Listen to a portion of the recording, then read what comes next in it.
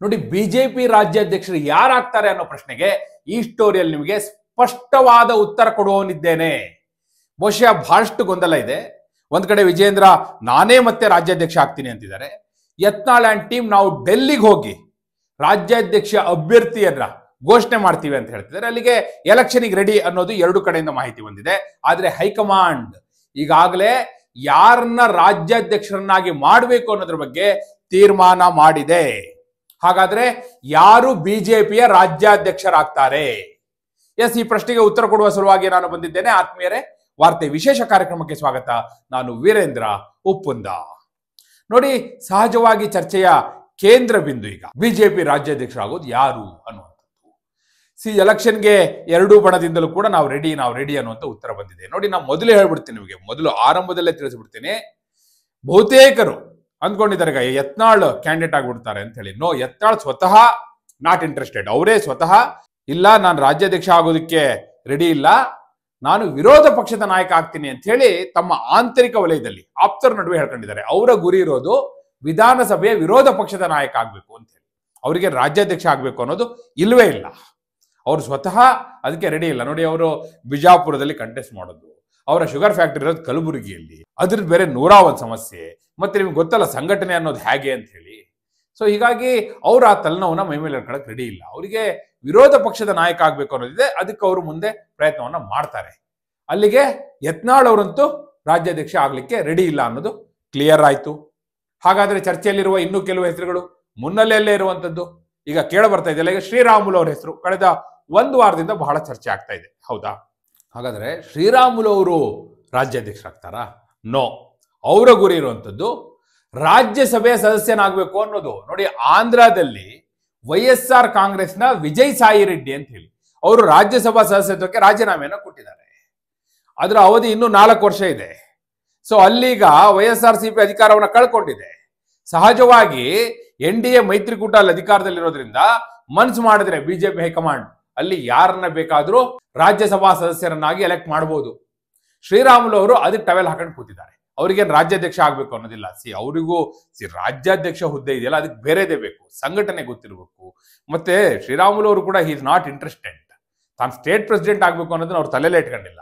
ಅವರ ಗುರಿ ಇರೋದು ರಾಜ್ಯಸಭೆಗೆ ಹೋಗ್ಬೇಕು, ಅವರಿಗೆ ಎಲೆಕ್ಟೆಡ್ ರೆಪ್ರೆಸೆಂಟೇಟಿವ್ ಆಗ್ಬೇಕು ಅನ್ನೋದಿತ್ತು. 2 ಚುನಾವಣೆಯನ್ನ ಸೋತರು, ಈಗ ರಾಜ್ಯಸಭೆಗಾದ್ರೂ ಹೋಗ್ಬೇಕು ಅನ್ನುವಂಥ ತೀರ್ಮಾನಕ್ಕೆ ಬಂದಿದ್ದಾರೆ ಆಕ್ಟಿವ್ ಆಗಿರುವ ಸಲುವಾಗಿ. 4 ವರ್ಷ ಅವರು ರಾಜ್ಯಸಭೆಯಲ್ಲಿದ್ದು 4 ವರ್ಷದ ನಂತರ ಯಾವಾಗ ರಾಜ್ಯ ವಿಧಾನಸಭಾ ಚುನಾವಣೆ ಬರುತ್ತೆ ಅಗೇನ್ ಅವರು MLA ಆಗ್ಬೇಕು ಅನ್ನುವಂಥ ಗುರಿಯನ್ನ ಅವ್ರು ಇಟ್ಕೊಂಡಿದ್ದಾರೆ. ಅಲ್ಲಿಗೆ ಶ್ರೀರಾಮುಲು ಅವರು ಕೂಡ ರಾಜ್ಯಾಧ್ಯಕ್ಷ ಹುದ್ದೆಯ ಆಕಾಂಕ್ಷಿ ಅಲ್ಲ. ಅಲ್ಲಿಗೆ ಮೊದಲ 2 ಹೆಸರುಗಳು, ಯತ್ನಾಳ್ ಅವರು ವಿರೋಧ ಪಕ್ಷದ ನಾಯಕ, ಶ್ರೀರಾಮುಲು ಅವರು ರಾಜ್ಯಸಭಾ ಸದಸ್ಯ, ಇದರ ಮೇಲೆ ಗುರಿ ಇಟ್ಕೊಂಡಿದ್ದಾರೆ. ಅವರಿಬ್ರು ಕೂಡ ಇಂಟ್ರೆಸ್ಟೆಡ್ ಅಲ್ಲ. ಹಾಗಾದ್ರೆ ಚರ್ಚೆಯಲ್ಲಿರುವ ಇನ್ನೂ ಕೆಲವು ಹೆಸರುಗಳು ನೋಡಿ, ಬಹಳಷ್ಟು ಚರ್ಚೆ ಆಗಿದೆ. ಈಗ ಶೋಭಾ ಕರಂದ್ಲಾಜೆ ಅವರ ಹೆಸರು ಚರ್ಚೆ ಆಗಿದೆ, ಬಸವರಾಜ ಬೊಮ್ಮಾಯಿ ಅವರ ಹೆಸರು ಚರ್ಚೆ ಆಗಿದೆ, ಅರವಿಂದ ಲಿಂಬಾವಳಿ ಅವರ ಹೆಸರು ಮುನ್ನೆಲೆಗೆ ಬಂದಿದೆ. ಹಾಗೆ ಸುನಿಲ್ ಕುಮಾರ್ ಅವರು ರಾಜ್ಯ ಪ್ರಧಾನ ಕಾರ್ಯದರ್ಶಿ ಹುದ್ದೆಗೆ ರಾಜೀನಾಮೆಯನ್ನು ಕೊಟ್ಟ ನಂತರ ಅವರ ಹೆಸರು ಕೂಡ ಚರ್ಚೆಯಲ್ಲಿದೆ. ಹಾಗಾದ್ರೆ ಈ 4 ಪೈಕಿ ಯಾರಾಗ್ಬೋದು?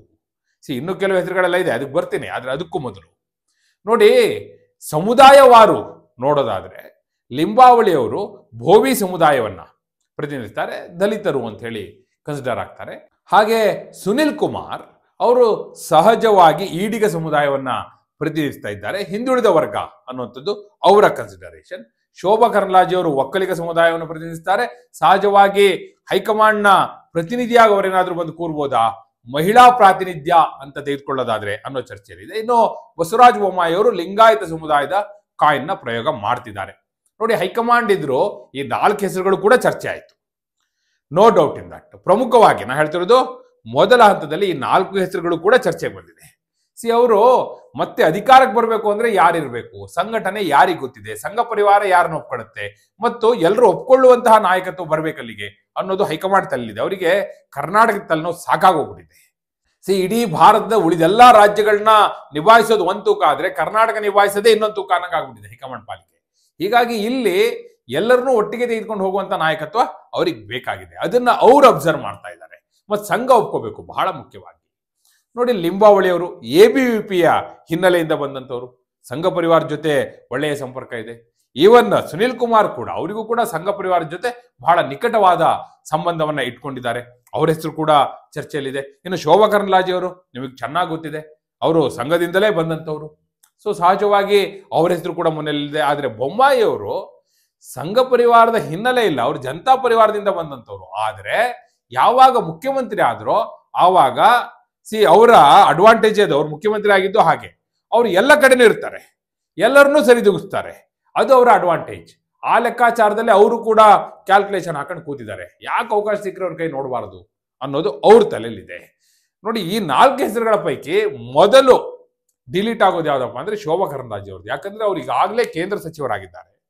ನೋಡ್ತಾರೆ, ಅಂಥ ತೀರಾ ಅನಿವಾರ್ಯ ಪರಿಸ್ಥಿತಿ ಬಂದ್ರೆ ಮಾತ್ರ ಹೈಕಮಾಂಡ್ ಶೋಭಾ ಕರಂದ್ಲಾಜೆ ಅವ್ರನ್ನ ಕರ್ನಾಟಕಕ್ಕೆ ಕಳಿಸುವಂತ ಆಲೋಚನೆ ಮಾಡುತ್ತೆ. ಆಗ ಯಡಿಯೂರಪ್ಪನವರು ಕೂಡ ಒಪ್ಕೊಳ್ತಾರೆ ಅನ್ನುವ ಹಿನ್ನೆಲೆಯಲ್ಲಿ ಆ ಒಂದು ಹೆಸರು ಚರ್ಚೆಯಲ್ಲಿ ಇರುವಂತದ್ದು. ಬೇರೆಯವ್ರಿಗೂ ಸರಿದೂಗಿಸ್ಕೊಂಡು ಹೋಗ್ತಾರೆ, ಸಂಘ ಪರಿವಾರದವರು ಒಪ್ತಾರೆ, ಈ ಎಲ್ಲ ಹಿನ್ನೆಲೆಯಲ್ಲಿ ಅವ್ರ ಹೆಸರು ಚರ್ಚೆಯಲ್ಲಿದೆ. ಆದ್ರೆ ಕೇಂದ್ರ ಸಚಿವ ಸ್ಥಾನವನ್ನು ಬಿಟ್ಟು ಬರ್ತಾರಾ, ಅದು ಕೂಡ ಬಹಳ ಪ್ರಮುಖವಾದಂತ ವಿಚಾರ. ಆದ್ರೆ ಈ 4 ಪೈಕಿ ಫಿಲ್ಟರ್ ಮಾಡ್ತಾ ಹೋದಾಗ ಶೋಭಾ ಕರಂದ್ಲಾಜೆ ಅವರ ಹೆಸರು ಮೊದಲು ಹಿನ್ನೆಲೆಗೆ ಬಂತು. ಇನ್ನುಳಿದದ್ದು 3 ಹೆಸರು ಯಾರ್ಯಾರು? ಅರವಿಂದ ಲಿಂಬಾವಳಿ, ಸುನಿಲ್ ಕುಮಾರ್ ಹಾಗೂ ಬಸವರಾಜ ಬೊಮ್ಮಾಯಿ ಅವರು. ನೋಡಿ, ಬಸವರಾಜ ಬೊಮ್ಮಾಯಿ ಅವರು ಈಗಾಗಲೇ ಟೆಸ್ಟ್ ಮಾಡಿ ಆಗಿದೆ, ಅವರ ಲೀಡರ್ಶಿಪ್ನ ಒಂದು ಅವಕಾಶವನ್ನು ಕೊಟ್ಟಾಗಿದೆ. ಮುಖ್ಯಮಂತ್ರಿ ಆಗಿ ಅವರಿಗೆ ಅವಕಾಶವನ್ನ ಕೊಟ್ಟು ನೋಡಿ ಆಯಿತು. ಆದರೆ ಪಕ್ಷವನ್ನು ಅಧಿಕಾರಕ್ಕೆ ತರಲಿಕ್ಕೆ ಆಗಲಿಲ್ಲ. ವಾಸ್ತವ ಇದು. 66 ಸ್ಥಾನ ಬಂತು. ಯಾರು? ಬೊಮ್ಮಾಯಿ ಅವರು ಮುಖ್ಯಮಂತ್ರಿ ಆಗಿದ್ದಂಥ ಕಾಲಘಟ್ಟದಲ್ಲಿ. ಒಂದು ವೇಳೆ ಬೊಮ್ಮಾಯಿ ಅವ್ರನ್ನೇ ಮತ್ತೆ ತಂದ್ರೆ ಅಗೇನ್ ಈ ಹಿಂದೆ ಆದ ಹಾಗೆ ಯಾಕೆ ರಿಪೀಟ್ ಆಗಬಾರ್ದು? ರಿಪೀಟ್ ಆಗ್ಬೋದಲ್ಲ, ಅದೇ ರೀತಿ ಆಗ್ಬೋದಲ್ಲ, ಮತ್ತೆ ಅಧಿಕಾರವನ್ನು ಕಳೆದುಕೊಳ್ಳುವಂಥದ್ದು ಬೇಕಾಗಿಲ್ಲ. ಜೊತೆಗಿದ್ದೇ ಬಹಳಷ್ಟು ಜನ ಅವರಿಗೆ ಒಳಗೆ ಬತ್ತಿ ಇಟ್ರು. ಇದೆಲ್ಲವೂ ಕೂಡ ಹೈಕಮಾಂಡ್ ಗಮನದಲ್ಲಿ ಇದೆ. ಯಾವ ಯಡಿಯೂರಪ್ಪನವರು ಬೊಮ್ಮಾಯಿ ಆದ್ರೆ ಸಪೋರ್ಟ್ ಮಾಡ್ತಾರೆ ಅಂತ ಅನ್ಕೊಂಡಿದ್ರು, ಅವರು ಸಪೋರ್ಟ್ ಮಾಡಲಿಲ್ಲ. ಈ ಎಲ್ಲ ಹಿನ್ನೆಲೆಯಲ್ಲಿ ಮತ್ತೆ ಅದು ರಿಪೀಟ್ ಆಗೋದು ಬೇಡ ಅನ್ನುವ ಹಿನ್ನೆಲೆಯಲ್ಲಿ ಬಸವರಾಜ ಬೊಮ್ಮಾಯಿ ಅವರ ಹೆಸರು ಕೂಡ ಹಿನ್ನೆಲೆಗೆ ಬಂತು. ಇನ್ನುಳಿದದ್ದು ಫೈನಲಿ 2 ಹೆಸರುಗಳು, ಈಗಲೂ ಕೂಡ ಫೈನಲ್ ಸ್ಟೇಜ್ ಅಲ್ಲಿ ಚರ್ಚೆ ಆಗ್ತಾ ಇರುವಂತ 2 ಹೆಸರುಗಳು. ಒಂದು ಅರವಿಂದ ಲಿಂಬಾವಳಿ, ಇನ್ನೊಂದು ಸುನಿಲ್ ಕುಮಾರ್ ಕಾರ್ಕಳ. ಅರವಿಂದ ಲಿಂಬಾವಳಿ ದಲಿತ ಸಮುದಾಯದ ಪ್ರಾತಿನಿಧ್ಯದ ಅಡಿಯಲ್ಲಿ ಅವರ ಹೆಸರು ಚರ್ಚೆಯಲ್ಲಿದೆ. ಇನ್ನು ಸುನಿಲ್ ಕುಮಾರ್ ಹಿಂದುಳಿದ ವರ್ಗಗಳ ಪ್ರಾತಿನಿಧ್ಯದ ಅಡಿಯಲ್ಲಿ ಅವರು ಈಗ ಸ್ಪರ್ಧೆಯಲ್ಲಿ ಇದ್ದಾರೆ. ಹೈಕಮಾಂಡ್ ಈ 2 ಹೆಸರುಗಳ ಪೈಕಿ ನೋಡಿ, ಸಹಜವಾಗಿ ಅದು ಚರ್ಚೆಗೆ ತೆಗೆದುಕೊಂಡಾಗ ರಾಜ್ಯದಲ್ಲಿ ಈಗ ಮುಖ್ಯಮಂತ್ರಿ ಆಗಿರೋದು ಯಾರು? ಸಿದ್ದರಾಮಯ್ಯನವರು ಹಿಂದುಳಿದ ವರ್ಗವನ್ನ ಪ್ರತಿನಿಧಿಸ್ತಾ ಇದ್ದಾರೆ. ಆದರೆ ಕಾಂಗ್ರೆಸ್ನಲ್ಲೂ ಒಂದಷ್ಟು ಸಂಚಲನಗಳು ಆಗ್ತಾ ಇದೆ. ಸಿದ್ದರಾಮಯ್ಯನವ್ರನ್ನ ಪಟ್ಟರಿಂದ ಕೆಳಗಿಳಿಸಬೇಕು ಅನ್ನುವಂಥ ಪ್ರಯತ್ನ ಅಲ್ಲೂ ನಡೀತಾ ಇದೆ. ಮಲ್ಲಿಕಾರ್ಜುನ ಖರ್ಗೆ ಅವ್ರನ್ನ ಮುಖ್ಯಮಂತ್ರಿ ಮಾಡಬೇಕು ಅಂತ ಹೇಳಿ ಹೈಕಮಾಂಡ್ ತಲ್ಲಿದೆ ಅನ್ನುವಂಥದ್ದು ಚರ್ಚೆಯಲ್ಲಿದೆ. ಇನ್ನೊಂದು ಕಡೆ ಡಿ ಕೆ ಶಿವಕುಮಾರ್ ತಮ್ಮ ಪ್ರಯತ್ನವನ್ನ ತಾವು ಮಾಡ್ತಾ ಇದ್ದಾರೆ. ಸೊ ಅಲ್ಲಿ ನೋಡಿ, ಯಾವ ನಾಯಕತ್ವ ಎದುರಾಳಿ ಪಕ್ಷದಲ್ಲಿರುತ್ತೆ ಅದಕ್ಕೆ ತಕ್ಕ ಪ್ರತ್ಯುತ್ತರವನ್ನ ಕೊಡುವ ರೀತಿಯಲ್ಲೇ ಇಲ್ಲೂ ಕೂಡ ನಾಯಕತ್ವಕ್ಕೆ ತರ್ತಾರೆ. ಸೊ ಅದೇ ಕಾರಣಕ್ಕಾಗಿ ನೋಡ್ತಾ ಇದ್ದಾರೆ, ಸಿದ್ದರಾಮಯ್ಯನವರೇ ಮುಂದುವರಿತಾರೋ ಅಥವಾ ಖರ್ಗೆ ಅವರು ಅಥವಾ ಸಿದ್ದರಾಮಯ್ಯನವರ ಇಚ್ಛೆಯಂತೆ ಪರಮೇಶ್ವರ್ ಅವರು ಮತ್ತೊಬ್ರು ಬರ್ತಾರಾ ಅನ್ನೋದನ್ನ ಕೂಡ ಹೈಕಮಾಂಡ್ ಅಬ್ಸರ್ವ್ ಮಾಡ್ತಾ ಇದೆ. ಸೊ ಆ ದೃಷ್ಟಿಯಿಂದ ನೋಡೋದಾದ್ರೆ ಅಲ್ಲಿ ಸಿದ್ದರಾಮಯ್ಯನವರೇ ಮುಂದುವರೆದದ್ದೇ ಆದ್ರೆ ಆಗ ಸುನಿಲ್ ಕುಮಾರ್ಗೆ ಅವಕಾಶ ಹೆಚ್ಚಿಗೆ. ಇಲ್ಲ ಅಲ್ಲೇನಾದ್ರೂ ಖರ್ಗೆ ಅವರು ಪರಮೇಶ್ವರ್ ಬಂದ್ರೆ ಆಗ ಲಿಂಬಾವಳಿ ಅವರಿಗೆ ಅವಕಾಶ ಸಿಗುವಂತ ಸಾಧ್ಯತೆ ಹೆಚ್ಚಿಗೆ ಇದೆ. ಈಗ ಚರ್ಚೆಯಲ್ಲಿರುವ ಪ್ರಕಾರ ಅರವಿಂದ ಲಿಂಬಾವಳಿ ಹಾಗೂ ಸುನಿಲ್ ಕುಮಾರ್ ಕಾರ್ಕಳ ಈ ಇಬ್ಬರ ಹೆಸರು ಕೂಡ ಫೈನಲ್ ಹಂತಕ್ಕೆ ಬಂದಿದೆ, ಕೊನೆ ಹಂತಕ್ಕೆ ಬಂದು ನಿಂತಿದೆ. ಸೀನಿಯಾರಿಟಿ ವೈಸ್ ನೋಡಿದ್ರೆ ಲಿಂಬಾವಳಿ ಅವರು ಒಂದು ಹೆಜ್ಜೆ ಮುಂದೆ ನಿಲ್ತಾರೆ. ಹಾಗೆ ನೋಡಿ, ಯಡಿಯೂರಪ್ಪನವ್ರ ಜೊತೆಯೂ ಕೂಡ ಹಿಂದೆ ಅವರಿಗೆ ಬಹಳ ನಿಕಟವಾದ ಸಂಪರ್ಕ ಇತ್ತು. ಆದ್ರೆ ಸುನಿಲ್ ಕುಮಾರ್ ಅವರಿಗೆ ಆ ರೀತಿಯ ನಿಕಟ ಸಂಪರ್ಕ ಯಡಿಯೂರಪ್ಪನವ್ರ ಜೊತೆ ಯಾವಾಗ್ಲೂ ಇರಲಿಲ್ಲ ಅನ್ನುವಂಥದ್ದು. ಆ ದೃಷ್ಟಿಯಿಂದ ನೋಡೋದಾದ್ರೆ ಯಡಿಯೂರಪ್ಪನವ್ರ ದೃಷ್ಟಿಯಿಂದ ಲಿಂಬಾವಳಿ ಅಲ್ಲಿ ಎಲ್ಲರೂ ಒಪ್ಪಿತ ನಾಯಕ ಅಂತ ಅನ್ನಿಸ್ಕೊಳ್ಬಹುದು ಅಂತ. ಆದ್ರೆ ಸುನಿಲ್ ಕುಮಾರ್ ಇದಾರಲ್ಲ, ಸಂಘ ಪರಿವಾರ ಹಾಗೆ ಸಮುದಾಯವಾರ ನೋಡಿದಾಗ ಒಂದ್ ವೇಳೆ ಹಿಂದುಳಿದ ವರ್ಗದವ್ರನ್ನೇ ತರಬೇಕು ಅನ್ನೋದಾದ್ರೆ ಆಗ ಸುನಿಲ್ ಕುಮಾರ್ ಪ್ರಯಾರಿಟಿ ಆಗುವಂತ ಸಾಧ್ಯತೆ ಇದೆ. ಈ ಇಬ್ಬರ ಪೈಕಿ ಯಾರು ಬೇಕಾದ್ರೂ ಆಗ್ಬೋದು. ಇಬ್ಬರು ಕೂಡ ಈಗ ಫ್ರಂಟ್ ರನ್ನರ್ಸ್. ಈ ಇಬ್ಬರ ಪೈಕಿ ಯಾರು ಮಾಡಬೇಕು ಅನ್ನೋದನ್ನ ಹೈಕಮಾಂಡ್ ಈಗ ಚರ್ಚೆ ಮಾಡ್ತಾ ಇದೆ. ಅದಕ್ಕೋಸ್ಕರನೇ 2 ದಿನ ಟೈಮ್ ತೆಗೆದುಕೊಂಡಿರುವಂಥದ್ದು. ಈ 2 ದಿನಗಳಲ್ಲಿ ಅವ್ರು ಆಲೋಚನೆ ಮಾಡ್ತಾರೆ. ಬಹುತೇಕ ನನ್ನ ಪ್ರಕಾರ ಈಗ ಏಕಾಏಕಿ ನಿರ್ಧಾರ ಮಾಡೋದಿಲ್ಲ, ಸ್ವಲ್ಪ ಟೈಮ್ ತಗೋತಾರೆ. ಹೆಚ್ಚು ಕಡಿಮೆ 1 ತಿಂಗಳು ಸಮಯ ಕೂಡ ತೆಗೆದುಕೊಳ್ಬಹುದು. ಏನು ಅವಸರ ಇಲ್ಲ, ಅವ್ರಿಗೆ ಯಾವುದೇ ಧಾವಂತ ಇಲ್ಲ. ನೋಡಿ, ಮತ್ತೆ ದೆಹಲಿಯಲ್ಲಿ ಚುನಾವಣೆ ನಡೀತಾ ಇದೆ. 5ನೇ ತಾರೀಕು ದೆಹಲಿ ವಿಧಾನಸಭಾ ಚುನಾವಣೆಯ ಮತದಾನ, 8ನೇ ತಾರೀಕು ಫಲಿತಾಂಶ ಬರುತ್ತೆ. ಅಲ್ಲಿಯವರೆಗೂ ಏನೂ ಆಗಲ್ಲ. ಅದಾದ ನಂತರ ಈ 2 ಹೆಸರುಗಳ ಪೈಕಿ ಯಾರನ್ನ ಬೇಕಾದ್ರೂ ಫೈನಲ್ ಮಾಡಬಹುದು. ಒಂದಷ್ಟು ಸಮಯ ತೆಗೆದುಕೊಳ್ತಾರೆ, ಒಂದು 15 ದಿನವೋ 1 ತಿಂಗಳು ಸಮಯವನ್ನು ತೆಗೆದುಕೊಂಡು ಎಲ್ಲರನ್ನೂ ಒಪ್ಪಿಸಿ ಒಬ್ಬರನ್ನ ಪ್ರತಿಷ್ಠಾಪನೆ ಮಾಡ್ತಾರೆ. ಬಹುತೇಕ ಅರವಿಂದ ಲಿಂಬಾವಳಿ ಅಥವಾ ಸುನಿಲ್ ಕುಮಾರ್ ಈ ಇಬ್ಬರ ಪೈಕಿ ಒಬ್ರು ರಾಜ್ಯಾಧ್ಯಕ್ಷರಾಗೋದು 100ಕ್ಕೆ 100 ಖಚಿತ ಅನ್ನುವಂಥ ಮಾಹಿತಿ ಬಿಜೆಪಿಯ ಪಡಸಾಲೆಯಿಂದಲೇ ಬರ್ತಾ ಇದೆ. ನಿಮ್ಮ ಪ್ರಕಾರ ಯಾರು ಬಿಜೆಪಿಯ ರಾಜ್ಯಾಧ್ಯಕ್ಷರಾಗಬಹುದು? ನಾನು ಕಂಪ್ಲೀಟ್ ಲಿಸ್ಟ್ ಕೊಟ್ಟಿದ್ದೀನಿ, ಯಾರೆಲ್ಲ ಫ್ರಂಟ್ ರನ್ನರ್ಸ್ ಇದ್ದಾರೆ ಅನ್ನೋದನ್ನು ಹೇಳಿದಿರಿ. ನೋಡಿ, ಈ ಹೆಸರುಗಳ ಪೈಕಿ ನಾ ಇಷ್ಟೆಲ್ಲ ಚರ್ಚೆ ಮಾಡಿದ್ನಲ್ಲ, ಸಿ ಟಿ ರವಿ ಅವರ ಹೆಸರು ಎಲ್ಲೂ ಕೂಡ ಮುನ್ನೆಲೆಗೆ ಬರಲಿಲ್ಲ. ಯಾಕಂದ್ರೆ ಸಿ ಟಿ ರವಿ ಅವರು ಮುಂದೆ ಯಾವಾಗ ಅವಕಾಶ ಸಿಗುತ್ತೋ ಆಗ ವಿಧಾನ ಪರಿಷತ್ನ ವಿರೋಧ ಪಕ್ಷದ ನಾಯಕ ಆಗಬೇಕು ಅನ್ನುವಂಥ ಗುರಿಯನ್ನು ಇಟ್ಕೊಂಡಿದ್ದಾರೆ ವಿನಃ ಈಗ ಅವರಿಗೆ ಏಕಾಏಕಿ ಅವರಿಗೆ ರಾಜ್ಯಾಧ್ಯಕ್ಷ ಸ್ಥಾನ ಬೇಕಾಗಿಲ್ಲ. ಈ ಹಿಂದೆ ಎಲ್ಲ ಅವ್ರು ಪ್ರಯತ್ನ ಮಾಡಿದ್ರು, ಆದ್ರೆ ಈಗ ಅವರು ಬಂದ್ರೆ ನೋಡೋಣ ಅಂತ ಇರ್ಬೋದು, ಆದ್ರೆ ಅವರಾಗಿ ಮುಗಿಬಿದ್ದು ಹೋಗ್ತಾ ಇಲ್ಲ. ಅವರು ಎಲ್ಲರನ್ನೂ ಚೆನ್ನಾಗಿ ಇಟ್ಕೊಂಡು ಒಂದು ವೇಳೆ ರಾಜ್ಯಾಧ್ಯಕ್ಷರಾಗಿ ದಲಿತ ಸಮುದಾಯದವರು ಬಂದ್ರೆ ಆಗ ಇಲ್ಲಿ ಛಲವಾದಿಯವರ ಬದಲು ಸಿ ಟಿ ರವಿ ಅವರು ವಿರೋಧ ಪಕ್ಷದ ನಾಯಕ ಆಗ್ಬೋದು. ಆ ಗುರಿಯನ್ನ ಸಿ ಟಿ ರವಿ ಅವರು ಇಟ್ಕೊಂಡಿದ್ದಾರೆ. ಹೀಗಾಗಿ ಅವರು ಸೈಲೆಂಟ್ ಆಗಿದ್ದಾರೆ. ಬಹುತೇಕ ಸಿ ಟಿ ರವಿ ಅವರು ವಿಧಾನ ಪರಿಷತ್ನ ವಿರೋಧ ಪಕ್ಷದ ನಾಯಕ ಆಗುವ ಗುರಿ ಇಟ್ಕೊಂಡಿರೋದ್ರಿಂದ ಈಗ ರಾಜ್ಯಾಧ್ಯಕ್ಷ ಸ್ಥಾನಕ್ಕೆ ಅವ್ರ ಹೆಸರು ಬರ್ತಾ ಇಲ್ಲ. ಅದೇ ಕಾರಣಕ್ಕಾಗಿ ಅವ್ರ ಹೆಸರು ಹೆಚ್ಚು ಚರ್ಚೆಯಲ್ಲಿ ಇಲ್ಲ. ಅದೇ ಹೇಳದ್ನಲ್ಲ, ಇನ್ನೂ ಕೆಲವರು ಇದ್ದಾರೆ ಅಂತೇಳಿ, ಇವರೇ ಎಲ್ಲ.